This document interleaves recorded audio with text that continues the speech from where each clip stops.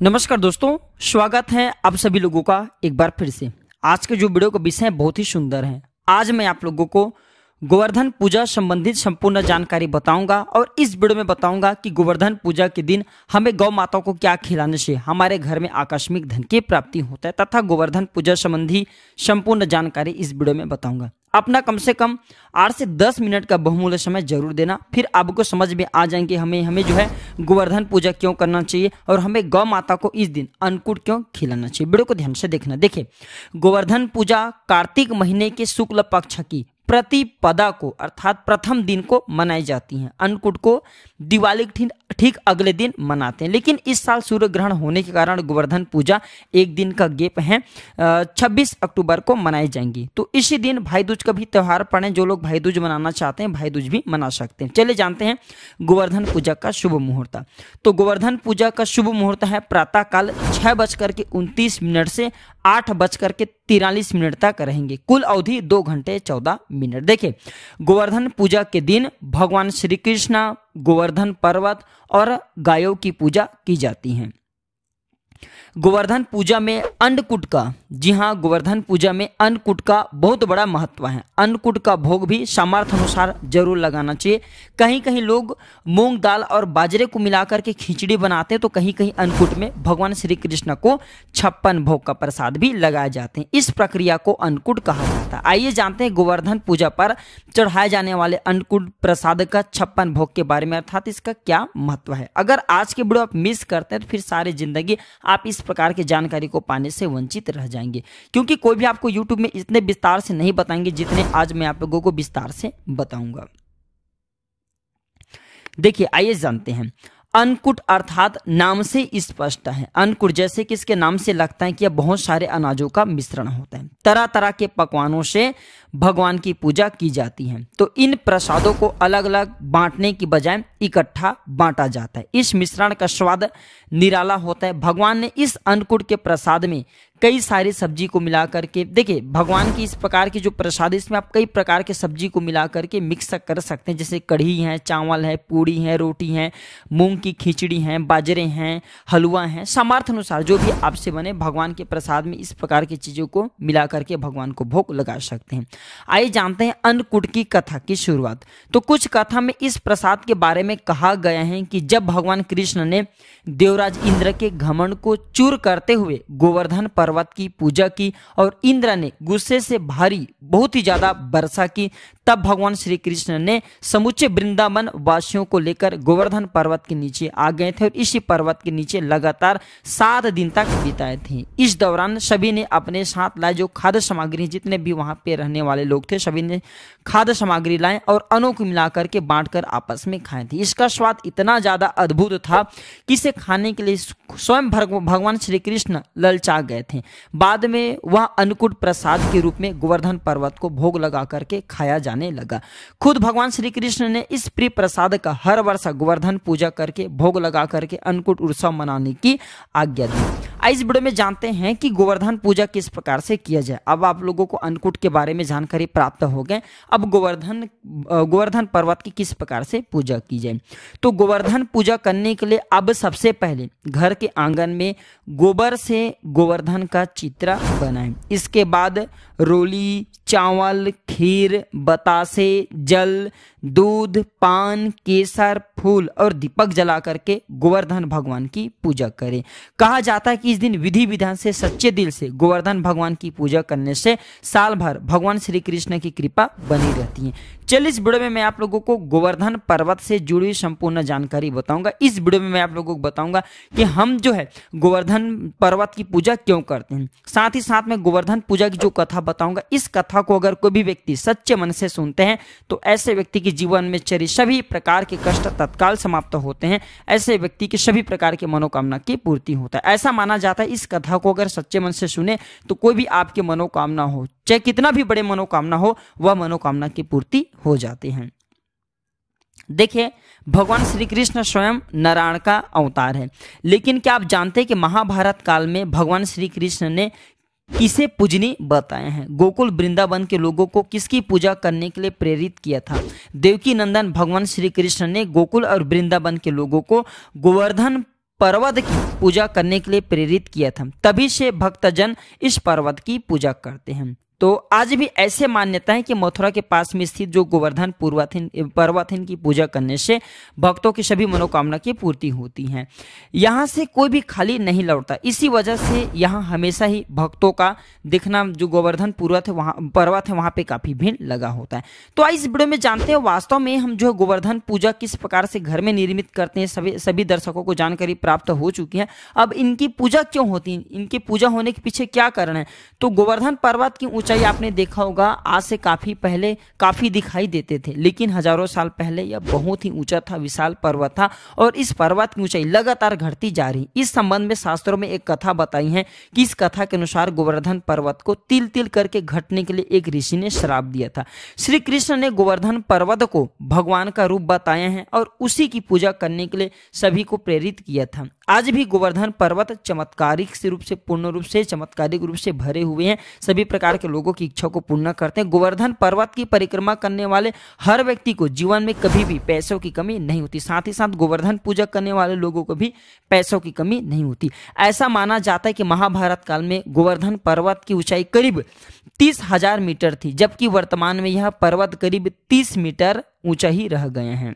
गोवर्धन पर्वत की ऊंचाई लगातार घटती जा रही। इस संबंध में गर्ग संहिता में एक कथा बताई है। कथा के अनुसार भगवान श्री कृष्ण ने अवतार लेने के पूर्व राधा जी से भी साथ चलने के लिए पृथ्वी लोक में साथ चलने के लिए निवेदन किया। इस पर राधा जी ने कहा कि मेरी मन पृथ्वी पर वृंदावन, यमुना और गोवर्धन पर्वत के बिना नहीं लगेगा। यह सुनकर श्री कृष्ण ने अपने हृदय की ओर दृष्टि डाली, जिससे एक तेज निकला और राजभूमि पर जाकर के गिरा। यही तेज पर्वत के रूप में परिवर्तित हो गया। शास्त्रों के अनुसार यह पर्वत रत्नमय, झरने, कदम आदि वृक्षों से सुशोभित हैं और अन्य सामग्री भी इसमें उपलब्ध थी। इसे देखकर राधा जी बहुत प्रसन्न हुई तथा भगवान श्री कृष्ण के साथ उन्होंने भी पृथ्वी पर अवतार धारण किया। चलिए इस वीडियो में जानते हैं और भी इसकी कुछ रोचक भरी कथा। एक कथा के अनुसार भगवान श्री कृष्ण के प्रेरणा से साल्मी द्वीप ने द्रोणांचल की पत्नी के गर्भ से गोवर्धन का, ध्यान से सुनना, भगवान श्री कृष्ण की आज्ञा के कारण ही साल्मी द्वीप में द्रोणांचल की पत्नी के गर्भ से गोवर्धन का जन्म हुआ। भगवान के, ध्यान से सुनना, भगवान के जन्म से वृंदावन एवं जो यमुना है वो बहुत ही खुश थे। गोवर्धन को भगवान का रूप ही जान करके सुमेरु हैं, हिमालय हैं, जितने भी पर्वत हैं, इस सब ने गिरिराज बना करके जो गोवर्धन पर्वत है इनकी पूजा की। एक समय तीर्थ यात्रा करते हुए पुलत्स्य जी ऋषि गोवर्धन पर्वत के समीप पहुंचे। पर्वत की सुंदरता देख करके ऋषि मंत्रमुग्ध हो गए तथा द्रोणांचल पर्वत से निवेदन किया कि मैं काशी में रहता हूं, आप अपने पुत्र गोवर्धन को मुझे दे दीजिए, मैं उसे काशी में स्थापित कर वही रहकर पूजा करूंगा। द्रोणांचल, देखिए सुनना, द्रोणांचल पुत्र के वियोग से व्यतीत हुए, लेकिन गोवर्धन पर्वत ने कहा कि मैं अब के साथ में चलूंगा, किंतु मेरी एक शर्त है, आप मुझे जहां रख देंगे मैं वही स्थापित हो जाऊंगा। पुलत्स्य जी ने गोवर्धन पर्वत की यह बात मान ली। गोवर्धन पर्वत ने ऋषि से कहा कि मैं 2 योजन ऊंचा, 5 योजन चौड़ा हूं, आप मुझे काशी कैसे ले जाएंगे। तब पुलत्स्य जी ने कहा कि मैं अपने तपोबल से तुम्हें अपनी हथेली पर उठाकर ले जाऊंगा।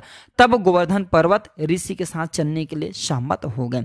रास्ते में ब्रज आया, उसे देख करके गोवर्धन की पूर्व स्मृति जागृत हो गई। कैसे पूर्व स्मृति वो भी मैं आप लोगों को बताऊंगा। और वह सोचने लगा कि भगवान श्री कृष्ण राधा जी के साथ यहाँ आकर के बाल्यकाल और किशोरा काल की बहुत सी लीलाएं करेंगे। यह सोचकर गोवर्धन पर्वत पुलत्स्य ऋषि के हाथों में और अधिक भार हो गया, जिससे ऋषि को विश्राम करने की आवश्यकता महसूस हुई। इसके बाद ऋषि ने गोवर्धन पर्वत को ब्रज में रख करके विश्राम करने लगे। ऋषि ये बात भूल गए कि उन्हें गोवर्धन पर्वत को कहीं रखना नहीं था। कुछ देर बाद ऋषि पर्वत को वापस उठाने लगे, लेकिन गोवर्धन ने कहा कि ऋषिवर, अब मैं यहाँ से कहीं नहीं जा सकता। मैंने अब से पहले ही आग्रह किया था कि आप मुझे जहाँ रख देंगे मैं वही स्थापित हो जाऊंगा। तब पुलत्स्य जी ने उसे ले जाने की हट करने लगे, लेकिन गोवर्धन वहां से नहीं हिला। तब ऋषि ने उसे श्राप दिया कि तुमने मेरे मनोरथ को पूर्ण नहीं होने दिया, अतः आज से प्रतिदिन तिल तिल कर तुम्हारा क्षरण होता जाएगा, फिर एक दिन तुम पूर्णतः धरती में समाहित हो जाओगे। तभी से गोवर्धन पर्वत तिल तिल करके धरती में समा रहे हैं। इसके प्रमाण आपको कलयुग में आज भी दिख रहे हैं। भगवान श्री कृष्ण ने अपने समस्त कलाओं के साथ द्वापर युग में इस पर्वत पर भक्तों को मुग्ध करने वाली कई लीलाएं की थी। इसी पर्वत को इंद्र का मान मर्दन करने के लिए उन्होंने अपने सबसे छोटी उंगली पर 3 दिनों तक उठा करके रखा था। कई कथाओं में से 7 दिनों तक उठा करके रखा था, ऐसे जानकारी मिलते हैं। एक और इसके कथा है जो कथा रामायण काल से जुड़ी हुई हैं। ये अच्छे कथा हैं और इस कथा को सुनने मात्र से व्यक्ति की गरीबी मिटती है, व्यक्ति की मनोकामना की पूर्ति होती है। पौराणिक धर्म शास्त्रों की माने तो जब त्रेता युग में भगवान विष्णु ने राम के रूप में अवतार लिया था और वनवास के दौरान उनकी पत्नी अर्थात माता सीता जी को लंकापति रावण ने छल करके अपहरण करके लंका में ले गए थे, तो उस दौरान भगवान श्री राम ने लंका पहुंचने के लिए वानरों की विशाल सेना के साथ समुद्र पर राम सेतु का निर्माण करा रहे थे। ध्यान से सुनना, कहा जाता है कि इस समय समुद्र में राम सेतु का निर्माण के लिए बहुत अधिक पत्थर और पेड़ पौधों की लकड़ी की आवश्यकता थी। कहा जाता है कि राम भक्त हनुमान जी इन्हीं पत्थरों के संग्रह के लिए हिमालय की ओर गए थे और वहां पहुंचकर हनुमान जी ने एक विशाल पर्वत को अपने हाथों में उठा लिया था।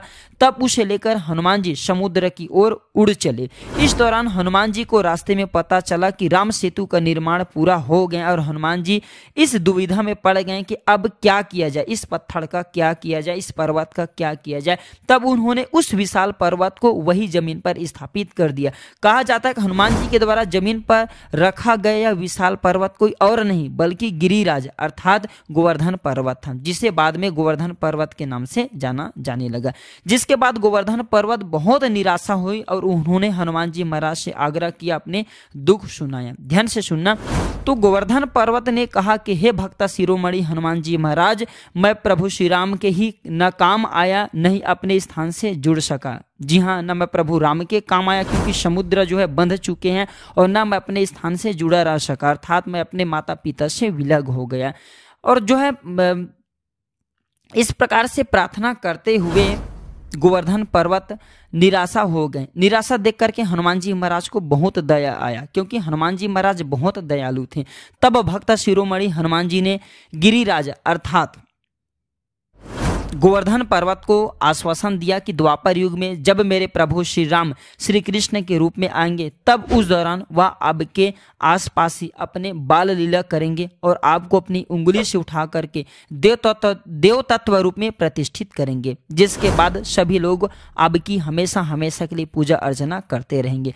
कहा जाता है कि हनुमान जी के द्वारा की गई भविष्यवाणी को सिद्ध करने के लिए भगवान श्री कृष्ण जी ने इंद्र के क्रोध से लोगों को बचाने हेतु गोवर्धन पर्वत को अपनी उंगली पर धारण किया था। आप सभी दर्शकों को जरूर पता होगा जो गोवर्धन पर्वत है इसे भगवान विष्णु जी के भी स्वरूप कहे जाते हैं, क्योंकि इंद्र ने वज्र के प्रभाव से कई बार गोवर्धन पर्वत को तोड़ने के प्रयास किए। देखिए, अगर कोई साधारण पर्वत होते तो वज्र के प्रभाव से वह टूट जाते, लेकिन गोवर्धन पर्वत भगवान के ही अंश थे, ऐसा माना जाता है। अगर कोई भी व्यक्ति सच्चे मन से इस कथा को सुनते हैं या फिर गोवर्धन पर्वत की अपने घर में गोवर्धन बना करके इनकी पूजन करते हैं, गाय को अन्नकूट खिलाते हैं, तो ऐसे व्यक्ति की सभी प्रकार की मनोकामना पूर्ण होती है। ऐसे व्यक्ति के ऊपर में भगवान श्री कृष्ण अपनी कृपा बरसाते हैं। वीडियो समाप्त करने से पहले कमेंट बॉक्स में कहना चाहूंगा जय श्री कृष्ण जरूर लिखना। आशा करूंगा कि आप सब दर्शक जय श्री कृष्ण जरूर लिखेंगे। आज की जानकारी पर समाप्त करता हूं दर्शकों। वीडियो देखने के लिए धन्यवाद।